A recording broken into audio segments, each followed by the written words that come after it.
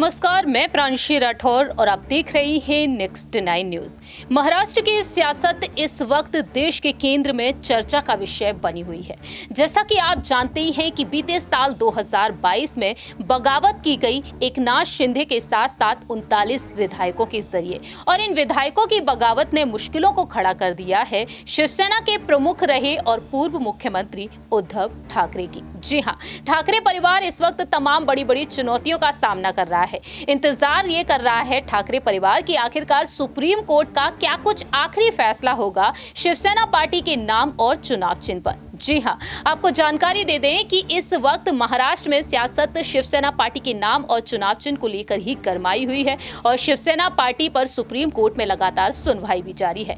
आज 14 मार्च के दिन सुप्रीम कोर्ट में सुनवाई हुई और इस सुप्रीम कोर्ट की सुनवाई में क्या कुछ बातें कही गई, शिंदे गुट के वकीलों की तरफ से ये जानकारी आपके बीच साझा करना चाहेंगे।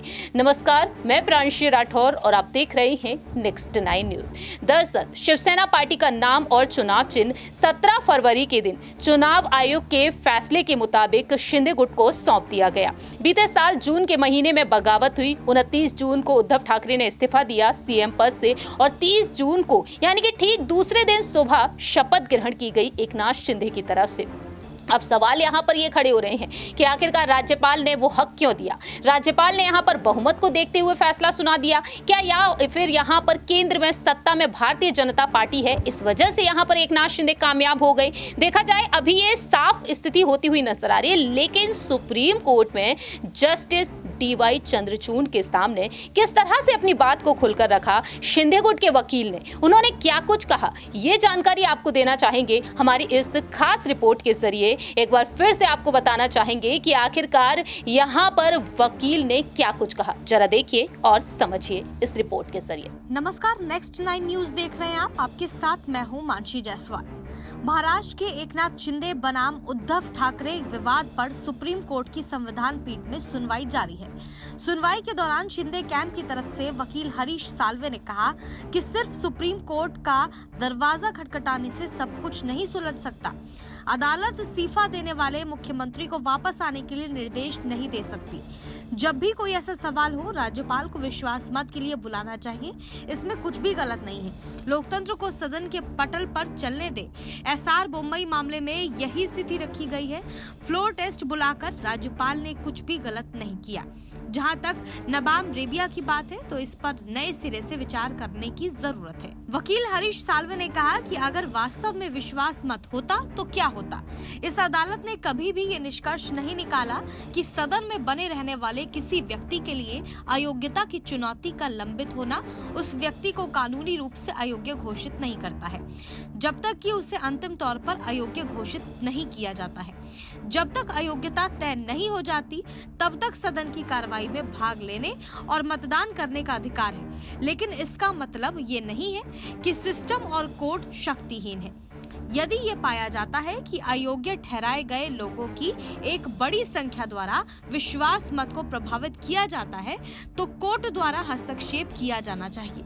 राज्यपाल ने क्या गलत किया है? मुख्यमंत्री ने इस्तीफा दिया, इसलिए स्वीकार करना होगा। कौल ने कहा कि इस मामले में सबसे बड़ा कानूनी तर्क ये है कि क्या सुप्रीम कोर्ट संविधान में दिए गए विधानसभा स्पीकर की शक्तियों को दरकिनार करके विधायकों की अयोग्यता पर फैसला दे सकती है। राजनीतिक पार्टी और विधायक दल दोनों आपस में जुड़े भी हैं और स्वतंत्र भी हैं, लेकिन दोनों को अलग भी नहीं किया जा सकता है। असहमति लोकतंत्र का हिस्सा है, लेकिन ये तर्क देना भ्रामक है कि शिंदे गुट के विधायक सिर्फ विधायक दल का प्रतिनिधित्व कर रहे हैं, न कि शिवसेना पार्टी का। उद्धव गुट चाहता है कि चुनाव आयोग राज्यपाल, विधानसभा स्पीकर जैसे संवैधानिक संस्थाओं की क्षेत्राधिकार का अतिक्रमण करे। ये सही नहीं है। राज्यपाल सिर्फ अपने सामने सबूत देखेंगे। उन्हें चुनाव आयोग जैसी शक्ति के साथ जांच करने के लिए नहीं कहा जा सकता। जब बड़ी संख्या में विधायक समर्थन वापस ले लेते हैं तो वो क्या करें? SR बोम्मई मामले में इस अदालत ने कहा कि एक मुख्यमंत्री फ्लोर टेस्ट से भाग नहीं सकता है, जो कि उनके और उनकी सरकार के भरोसे का संकेत है। यही कारण है कि फ्लोर टेस्ट बुलाना गलत नहीं था। जब से महाविकास आघाड़ी सरकार बनी तब से ही शिवसेना के अंदर ही इसका विरोध शुरू हो गया था। ये असंतोष 21 जून को गठबंधन के सहयोगियों यानी कांग्रेस और एनसीपी के साथ लंबे समय से चले आ रहे वैचारिक मतभेद विभाजन के स्तर पर चला गया। फिलहाल इस खबर में बस इतना ही।